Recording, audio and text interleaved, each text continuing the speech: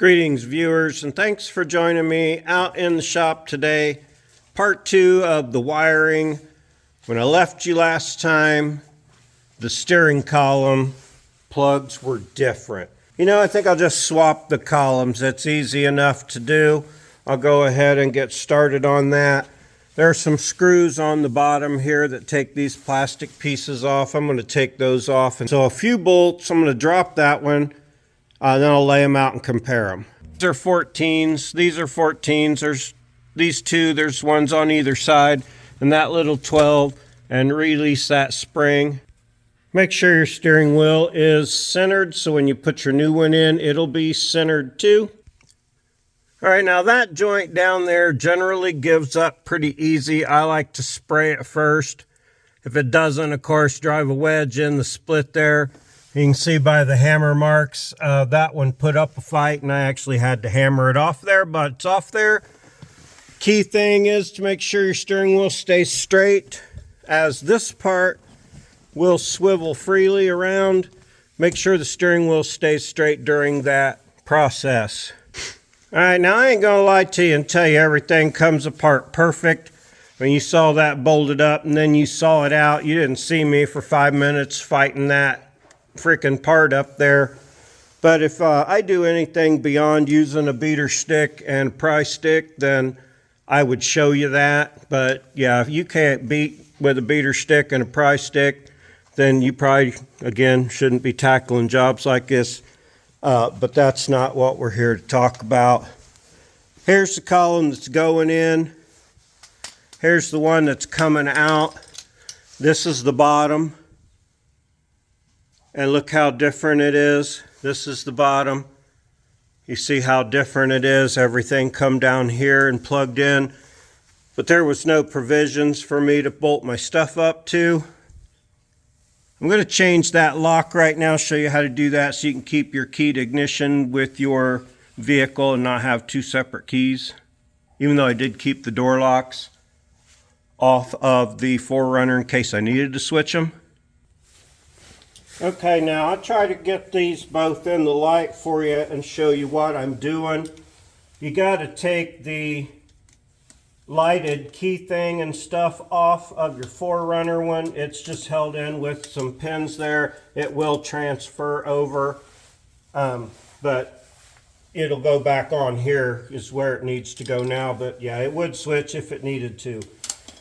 Now if you got your keys, you put them in the off position, okay, where you can take them in and out. There's a little pin right here, this little hole. Oh, right there. Hope I'm in the camera there. Right there, there's a little pin right there, okay? So you can push down on it and see it won't go anywhere, but as you turn the key to accessory, the pin pushes down and then you just pull this straight out. Okay, that's sitting right there. This one over here, keep my fancy lighted ignition. Okay, push down for the pin, you can turn to accessory first and then push down your pin too, and then just pull straight out. Lay them down side by side. This is the old one, this is the Tacoma one. They're a perfect match. Wheel you over there. Woo, don't take the camera out. And then you just push this back in. As simple. Push the pin down as you go back in. And now it's stuck in there. Pin won't push. You turn it to accessory, see it does. Works just fine. So now my keys will stay with my Tacoma, even though I had to switch. Switching steering wheels is really easy. We'll do that at the end. Saving my Hello Kitty steering wheel cover for a special project. I just don't know what it is yet. Since the 4Runner has the lighted ignition, I'll go ahead and slip this over. It clips on one side and then has a oops, this has to fit on there too. I'm not sure exactly what that part does, but it fits under the black part there. Hope you can see what I'm fumbling with. And then you got just one push pin thing here that holds it. Push that till it clicks in. Viola, baby! That one's changed. Now when you go to put this end back, this wobbles free. This won't, the shaft don't necessarily want to slide right in, but don't force it or hammer it. Just go around, take your steering column and kind of go around in a circle with it, and it'll eventually wobble its way into those knurls, and your bolt will go back in. Bolt your ends back up here, your 4 bolts, ready to proceed. All right, I'm going to remount the box of the block of fuses, or plugs that was right there. And to get that done, I'm going to hook up my ignition, the lighted ignition switch, those 2 switches over there. Start plugging some things into the fuse box, getting some wires up where they go. This should be as simple as finding the plugs that match the ends and hooking them up, I guess. If I find out different, I'll come catch. Now, of all the ones you remount or zip tie or put in a place, this one's really important since it does hang out right near the brake pedal and near the accelerator pedal. It's a good idea. It's definitely recommended you mount that one back correctly. Spring for the brake pedal locates in a little bit of a different spot on this one, but not a biggie. Several times I have mentioned the VIP security system that was in the 4Runner. You have to have the key fob for that to make it work, and there was no key fob for that. There are no power locks, there are no power windows or anything on here, so I'm going to delete the VIP security system. Now, simple enough, the way to do that is go to every connection that you find where they tied into a factory harness wire and eliminate it, whether you take these apart and undo them and tape the wire back up if need be, or just nip these off where they can't hurt anything, maybe throw some tape over them. I'm going to do that as I go around since I have no need for that in this vehicle. There's nothing for it. Okay, well, thank you for your patience while I figured a little bit of that out. There I've got the plugs for the back of the cluster plugged in.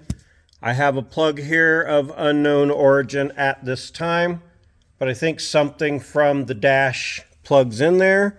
These are also switches for the dash. Not sure what all of them are yet, but I'll figure them out when I get there. They're up in the position for the dash. Everything underneath, including the ignition, all that, all plugged in, fell into place. Keep your wires and everything, like I say, good and up out your brakes and things like that. All of this is part of the fuse box. It is all plugged in now. After plugging in, I still got this ground I have to mount. This is the wires from my door speaker. These 2, blue and white, are the ones that go to my power windows and power door locks and all that stuff up here. So again, I just have to find out which one is speakers and make that one work. Down here, I plugged in the things that run down to my fuel and brake lights, tail lights, fuel system, part of the emissions crap, I'm sure. So that takes care of every plug down low over here. I guess I should give you a little better view of how that all went together. Up here, there's another one of those great big gray ones. A couple of the black ones go to the back of the fuse box too. Best I can tell, that one's empty because I got nothing to fall to that. Okay.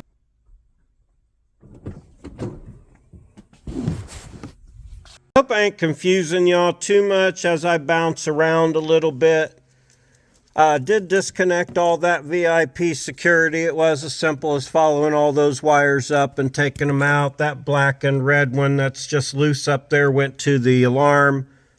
May have said that already. It looks nice, I like it that I got the little pigtail plugged in and I got all these wires sorted out. I don't have any extras, but I do seem to have a lot of switches for the dash. We'll see there. I want to do a smoke test real quick. If you're not sure what that is, once you do a bunch of wiring, you hook power up and see what happens. I didn't get a spark. I don't see any smoke or smell anything under the hood. Inside's not filling up with smoke. That's a plus. Let's see what happens if I get some lights here on the dash when I turn the key. Oh, I do. Man, if I bump that starter, I mean, no, it's just laying loose in there. It could damage something. All right. Well, that's exciting. I've gotten this far. Hold, please. All right, now I don't want to put the rest of the dash in until I get this fired up and running, just to make sure everything is where it's supposed to be and nothing's where it's not.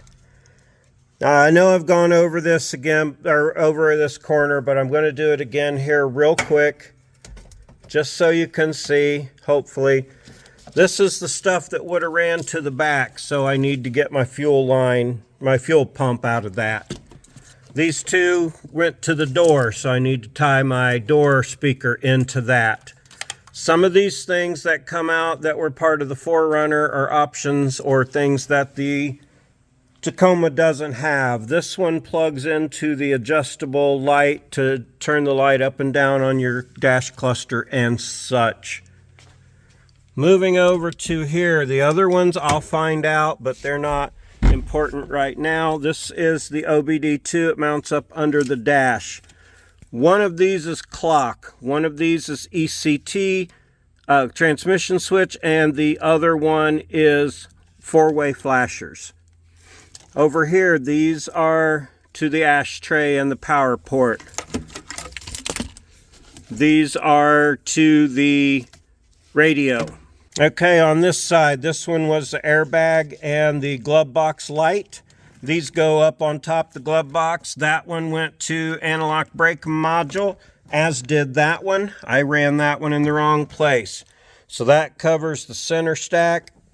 I'll have to find out what that little one does there. And over here, this went to the outside, following that old pigtail. This went to the outside and down the right side, rather, ran windows, doors, shit like that. These are the plugs for the front door. I need to graft to this plug. So right now I only have 2 or 3 plugs not in the right place, which I'm sure for things on the 4Runner. I'm going to go over and do a double check on that when I come back, but I'm going to put this out as the wiring part 2. Because until I get the transmission in, I can't tell if this is working yet or not. So that'll be the next video. Enough about that. Hope you are enjoying following along this wiring fiasco nightmare that's not turning out to be so bad after all. And we've already passed an initial smoke test and didn't get any. Trust me, when I put the dash back in, when I feel comfortable after starting, and you'll get to see all that part of the transmission install video, I'd imagine, because I'm going to be so fired up and ready to go at that point. I'm going to be ready. So you be ready. Follow along. I appreciate you. Like and subscribe, please. Check links, things like that. It is free, easy, and painless. I'd much appreciate it. I appreciate you hanging out in the shop with me today for part 2 of the wiring. Have a super great day.